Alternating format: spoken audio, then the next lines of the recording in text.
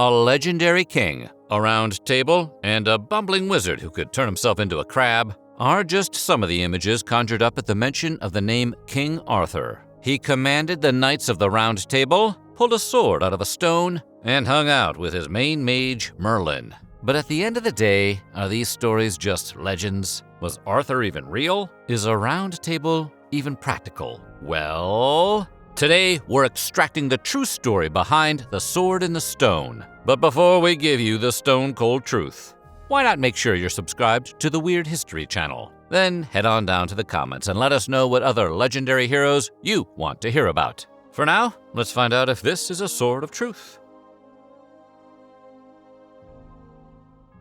There may have been a 5th century warrior who led the Britons against Anglo-Saxon invaders, and that legendary warrior may have been Arthur Pendragon, if he existed.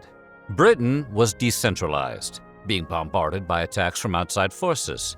So a leader who could unite his people against all odds was just what the doctor ordered. The Celts loved tales of magical weapons, like the spear of Bedivere, which could draw blood from the wind, or the spear of Right Said Fredivere, which was so sexy it hurt, though that weapon did remain a one-hit wonder. And while Arthur's Excalibur may not have had any magical powers, its ceremonial power did help him wallop his enemies on the battlefield. The true story of King Arthur, along with a sword in the stone, has drifted from reality and fallen into legend. But hey, who says Excalibur wasn't forged by a powerful sorceress on the Isle of Avalon, where Arthur's body eventually laid to rest? It's not like any of us were there. We don't know how Arthur really got his sword, but there are several variations on the legend, with the most famous version having him pull it from a stone, like an improbable splinter.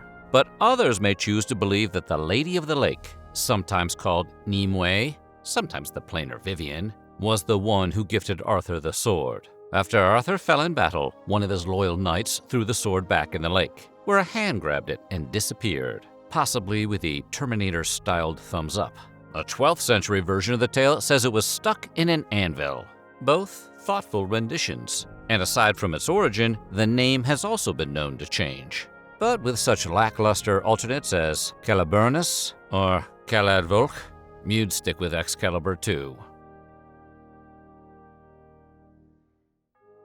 The first historical mention of Arthur comes from Geoffrey of Monmouth, who wrote about the king in the 1100s. Geoffrey was a cleric and a historian in Oxford, and wrote texts which included prophecies of Merlin and history of the kings of Britain. His texts on kings begins with Brutus, the descendant of the legendary Aeneas, and ends with the reign of Arthur Pendragon. These notes regarding Guinevere and Merlin would become standards in the legend for generations. It was 13th century poet Robert de Boron who put Excalibur in Arthur's hand. His poem, Merlin, chronicles the life of the legendary wizard, but ends with Arthur's rise to the throne, after yanking the sword from that rock. It was de Boron who also wrote that the men at the court would make Arthur repeat the action of pulling the sword for months, before finally agreeing to crown him king. The old-timey equivalent of "Pix or it didn't happen," which ends the poem as the crown is placed on Arthur's head. Guess they gave him a thorough job interview.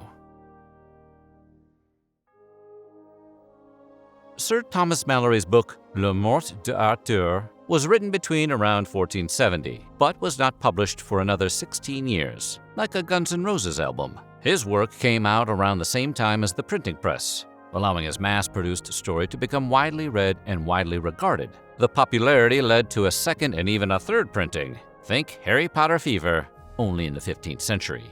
Malory chose the wrong side in the War of the Roses, and found himself locked up twice. His stints in the slammer may have provided him the time to write his tale. Even though he passed away before his work was published, Malory's legacy went on to inspire future writers like William Shakespeare. Without Malory, we wouldn't have such classic films as She's the Man and 10 Things I Hate About You. Thanks, Sir Thomas. While Malory's version of King Arthur's story is well regarded, some changes he made did cause a bit of confusion. Mainly a differentiation between the sword in the stone and Excalibur, which according to him were two separate weapons.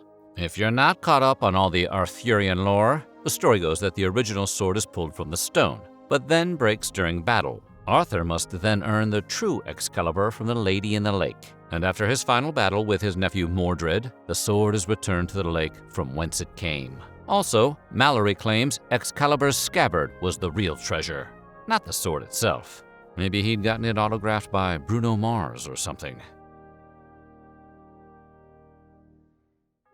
The legend of Arthur was simply too good for Britain to keep to itself. As time went on, these stories made their way across the sea to other lands, and, as new storytellers heard the tale, solo Arthur adventures were no longer exciting enough to hold attention. To unite his people and keep new readers entertained, Arthur had to get into new and exciting situations. So companions were invented for Arthur, between 13 and 1,600 companions, depending on who you ask. Just think of trying to collect the whole set. These knights, such as Sirs Lancelot, Kay, Bedivere, Gawain, Galahad, and Mordred, would go on to star in their own spin-off adventures. Lancelot, perhaps the most famous of all the Little Arthur bunch, saved Arthur's life through his purity, while also falling in love with Queen Guinevere, which feels less pure. Kay is portrayed as Arthur's oldest companion and possible stepbrother. Next to Kay, you can usually find Bedivere, the one who returns Excalibur to the lake after Arthur's death. Gawain, the basis for Dev Patel's character in The Green Knight, famously battled a knight in green armor. Galahad was notable for finding the Holy Grail, although it turned out to just be a beacon. And finally, Mordred, sometimes written as Arthur's illegitimate son, is the one who defeats Arthur and tears down Camelot. And now, you're all caught up on the Arthurian extended universe.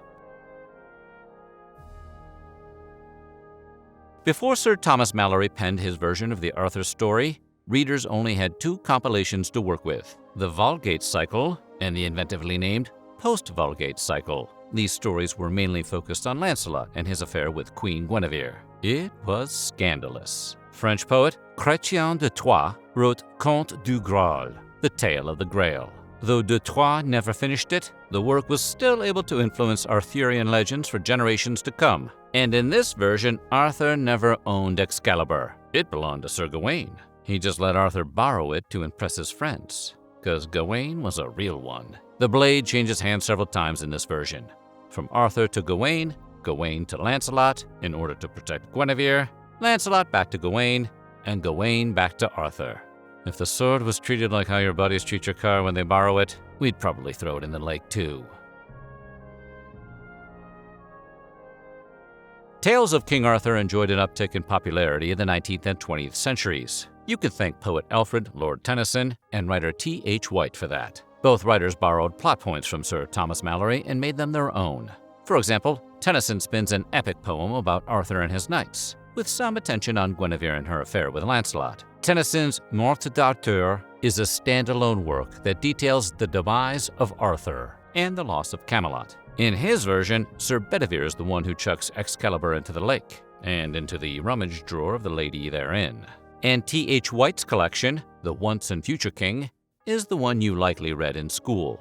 The collection includes 1939's The Sword in the Stone, 1940's The Queen of Air and Darkness, 1941's The Ill-Made Knight, and 1958's The Candle in the Wind, which, as far as we know, is not an Elton John power ballad about Marilyn Monroe. The Once and Future King is also the basis of the Broadway musical and subsequent film Camelot. In the 12th century, Italian knight and nobleman Galgano Guidotti decided to leave the world of wealth behind and become a hermit. On his way to tell his fiancée about his plan, Guidotti is visited by, plot twist, Jesus, Mary, and the Apostles, and told to climb the Monte Siepi hill.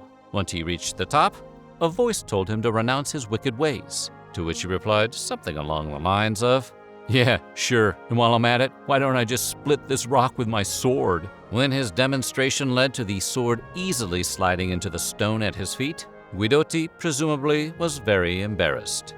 He lived on that hill in poverty for the rest of his days. In true Disney fashion, he befriended the animals and any pilgrims which made their way up the hill. The wolves were even said to guard him from would-be assassins sent by the devil, because the wolves were real ones. Guidotti's life of piety eventually earned him a sainthood, and his shack on the hill became the Rotonda di Monte Siepi, an abbey where many pilgrims have visited. The rock and stone remained in the abbey, leading many to believe it was the inspiration for the legendary Arthurian sword in the stone. But most people believe the sword at Montesiepi was fake. Because only the hilt and a few inches of the blade are visible, it's tough to visually date the sword. Carbon dating has proven the metal is at least from the 12th century. Ground-penetrating radar also revealed a cavity underneath the sword, perhaps providing a burial place for a Saint Galgano. A pair of skeletal arms at the site also dates to the 12th century, which reflects a legend that anyone who tries to remove the sword will have their arms pulled out. Pilgrims and non-believers alike still travel to the site in Tuscany to this day, hopefully with their arms intact. King Arthur and the Knights of the Round Table is a subject that fascinates to this day. A contributing factor to that is likely because so many enjoyed the Disney version of the story, 1963's The Sword in the Stone.